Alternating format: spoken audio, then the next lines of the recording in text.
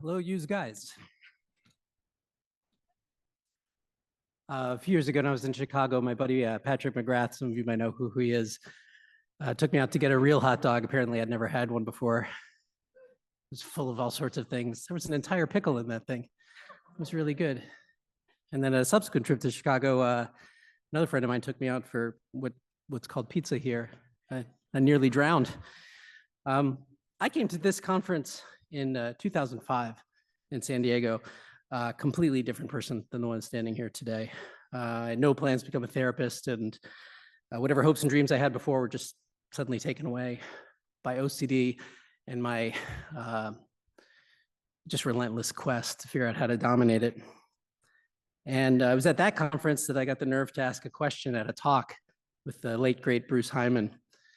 And the question was, how do you stop noticing that you've noticed that your obsession is not there? And he didn't have the answer, but the muffled giggles that you just heard is what I heard at that talk. And that was when I realized these are my people. This is where I belong. So fast forward to the present moment, I'm standing here before you representing the conference title sponsor, Sheppard Pratt. How did I get Sheppard Pratt to sponsor this? I asked them over and over and over again and told them how cool it was. But actually, the truth is, the reason why Sheppard Pratt sponsors the conference this year is that what IOCDF does with this conference and with their work year-round is completely in line with the mission statement of Sheppard Pratt. And I know, because I just looked it up for the first time after working there for 5 years. To meet a need, to work toward recovery of health and quality of life for the people that we serve, to lead, to continually seek and create more effective ways to serve individuals. Sound familiar, right?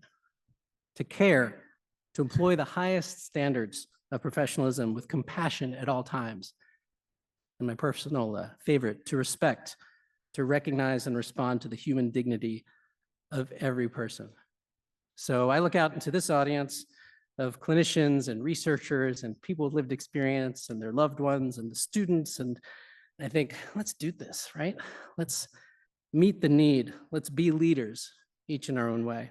Let's show that we care with genuine compassion for each other and for ourselves.